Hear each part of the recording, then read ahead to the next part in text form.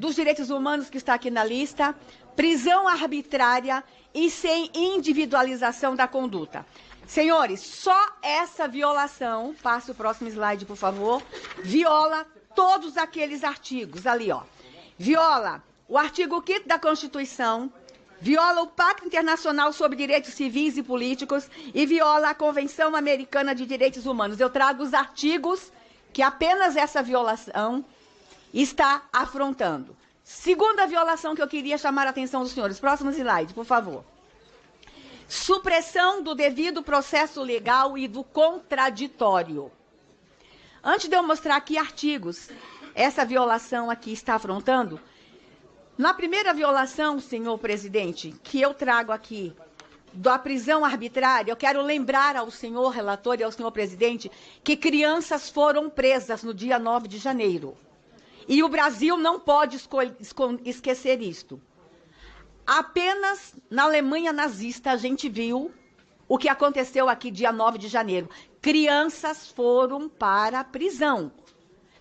Nós temos um conselho tutelar no DF extremamente ativo, uma secretaria de justiça extremamente ativa, que imediatamente reagiu e as crianças foram tiradas já no período da noite da prisão. Mas crianças foram presas.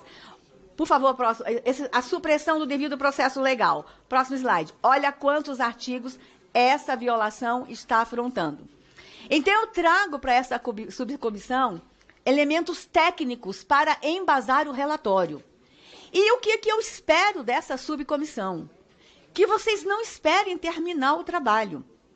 Nós precisamos pedir imediatamente a nulidade do processo e a libertação de todos os presos, mesmo sem a gente julgar aqui no Congresso anistia, porque os atos são nulos.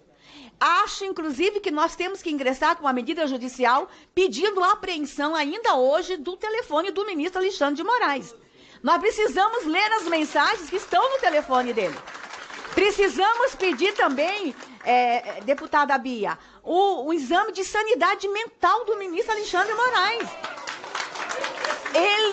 Ele passou de todos os limites. E o que me preocupa é a concentração indevida de poderes nas mãos de um único juiz. Próximo slide. Só essa concentração de poder, ó, quantos dispositivos legais estão sendo afrontados. E o que me preocupa é o cooperativismo dentro da Suprema Corte, presidente. Nós temos grandes juristas naquela corte. Nós temos juristas donos de faculdades. Que operadores de direito aquela faculdade está formando, que eles estão vendo as violações de direitos humanos, afronta a legislação, e eles estão em silêncio. Há alguns que falam que Alexandre de Moraes já está isolado. Mas que isolamento é este que aquela corte não reage? Próxima violação de direitos humanos, a número 4, já estou indo para o final, eu não vou me demorar. Censura e restrição à liberdade de expressão e de pensamento. Essa violação, pode passar. Quantos dispositivos legais essa violação está afrontando? Dá uma olhadinha lá. Próxima violação. Vigilância ilegal e uso indevido de dados pessoais e biométricos. Olha lá. Pode passar. Quantos artigos e quantos dispositivos legais ele violou apenas com essa ação? A número 6, eu estou acabando. Discriminação política e ideológica. Existe ou não existe discriminação política e ideológica? Eu vou dar um exemplo. Sou presidente da Comissão de Direitos Humanos, senhor relator. Um dos primeiros requerimentos que nós aprovamos em fevereiro deste ano foi que a Comissão de Direitos Humanos do Senado visitasse os presos políticos. E o requerimento foi aprovado por unanimidade por senadores da direita e da esquerda. O ministro Alexandre não deixou a Comissão de Direitos Humanos do Senado visitar os presos políticos. Isso é inimaginável. Gente, é uma Comissão de Direitos Humanos sendo proibida de visitar presos no Brasil. Detalhe, os presos da Argentina a gente conseguiu visitar, porque ele não manda no sistema carcerário da Argentina. Nós vamos visitar os presos dos Estados Unidos. Mas no Brasil a gente não pode entrar. Como é que uma Comissão de Direitos Humanos não pode entrar no presídio, gente? Aí eu soube que ele autorizou agora, preste atenção, senhor relator. Isso é gravíssimo. Ele autorizou a Comissão de Direitos Humanos da Câmara dos Deputados a visitar os presos políticos de 8 de janeiro. Então vocês olhem ali, discriminação política e ideológica. Ele afronta o Senado Federal, a Comissão de Direitos Humanos, porque ele me escolheu como inimiga. Isso é muito grave. Ele passa por cima das relações institucionais, ele passa por cima da Constituição quando ele escolhe um inimigo.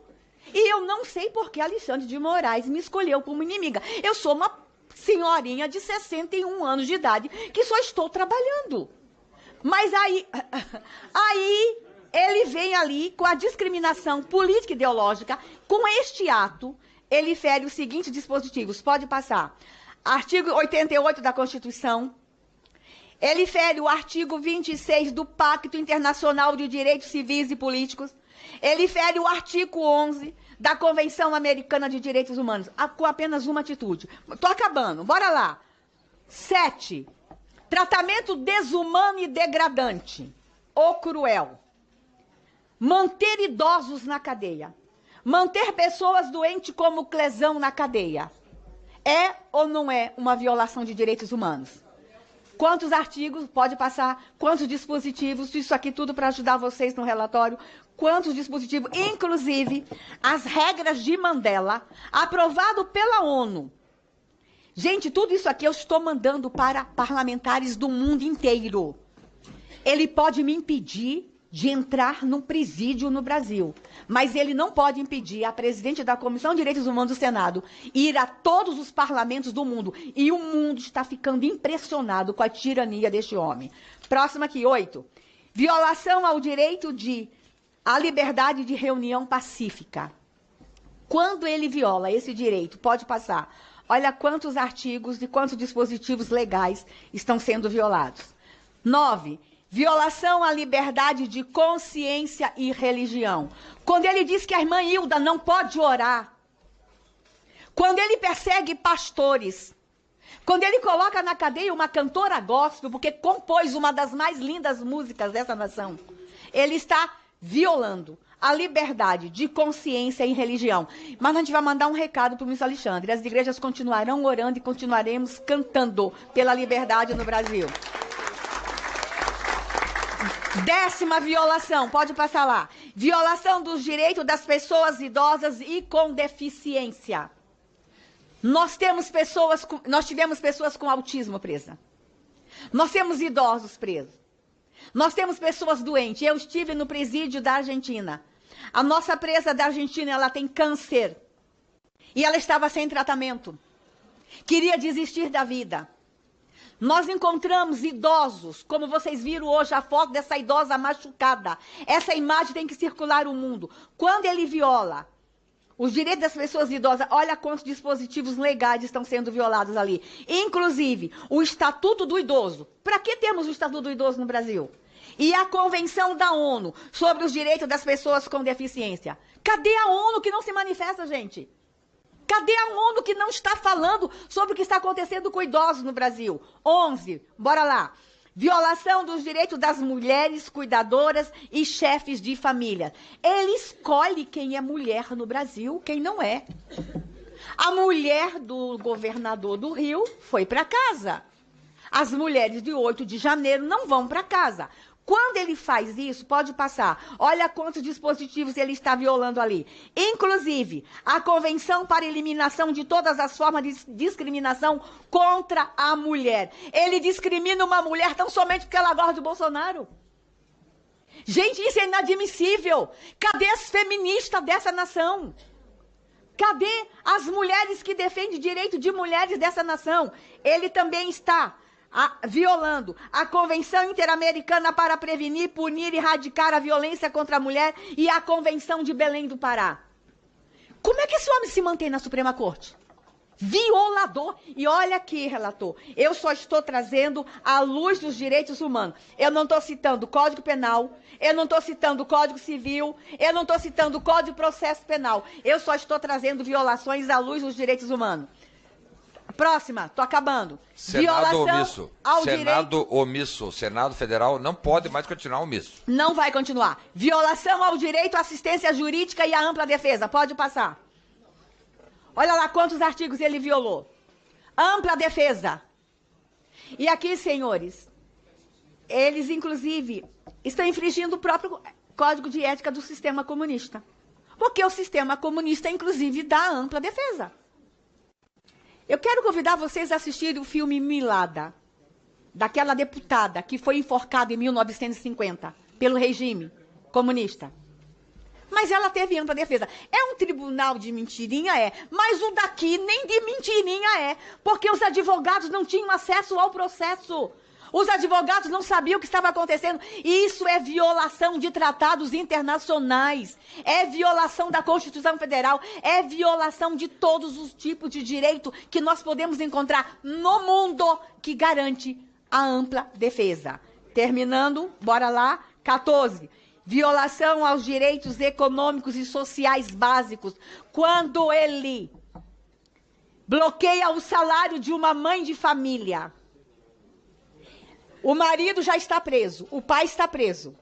O caso lá do Espírito Santo. O pai está preso. A mãe não está condenada. Aí ele bloqueia os bens do pai e agora bloqueia os bens e o salário da mãe. Relator, quando ele bloqueia o salário da mãe, ele está bloqueando alimentos das crianças. Ele está terceirizando a pena.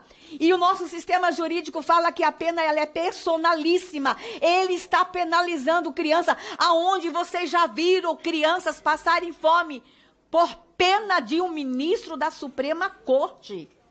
Alexandre de Moraes não tem moral para ficar naquela corte. 15. Acabando. Coação ideológica e reeducação forçada. Quer sair? Assina aqui um termo para fazer um cursinho, mas leia o conteúdo do cursinho.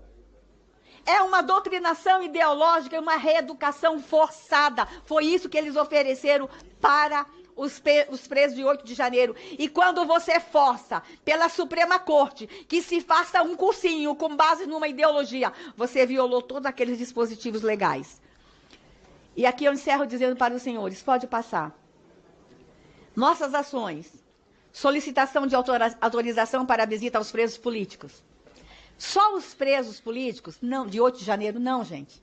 Nós pedimos para visitar o general Braga Neto, um idoso que está preso. Nós estamos falando pouco de Braga Neto. Nós temos que falar mais dele. Nós pedimos para visitar Anderson Torres. Nós pedimos para visitar Silvinei Vasquez. Inclusive, está aqui Girão. Daniel Silveira. Silvinei Vasquez, presidente e relator, escute o que eu vou falar. Até onde vai a tirania e o deboche de um homem que não tem condição emocional para presidir um inquérito como aquele? Nós fizemos um requerimento para visitar o Silvinei, nós tínhamos 16 assinaturas. Silvinei não tem família em Brasília. E nós queríamos visitar antes do final de 2023, antes do Natal. Ele não despachou. Passou Natal, Ano Novo, janeiro, fevereiro, março, 6 meses depois, abril, nós pedimos uma audiência com ele. Ele nos recebeu. Fui eu e o senador Isalci. Quando chegamos lá, falamos assim, ministro, há um requerimento com assinatura de 16 senadores da República. Ele, que requerimento? Ministro, um requerimento para a gente visitar o Silvinei. Ele, esse papel deve ter se perdido por aí, porque eu não vi esse papel. Esse papel. Se ele zombou de um documento assinado por 16 senadores da República, o que ele não faz com os documentos desses advogados aqui? Deboche, ironia. E a gente teve que ouvir e ficar calado. Aí ele disse, tá bom. Autorizou no celular na hora. Ele queria que a gente se ajoelhasse. Mas por amor a Silvinei a gente fez isso. É isso que ele quer, que o parlamento continue de joelhos, senhores. Relator, é inadmissível. Nós somos o parlamento brasileiro, nós somos o Congresso Nacional, nós fomos eleitos de forma legítima. O nosso eleitor nos trouxe para cá. O que ele faz é um desrespeito ao nosso eleitor. O que ele faz é um desrespeito aos estados que nós representamos.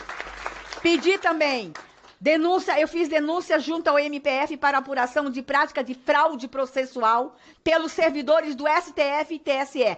Eu quero esses servidores exonerados.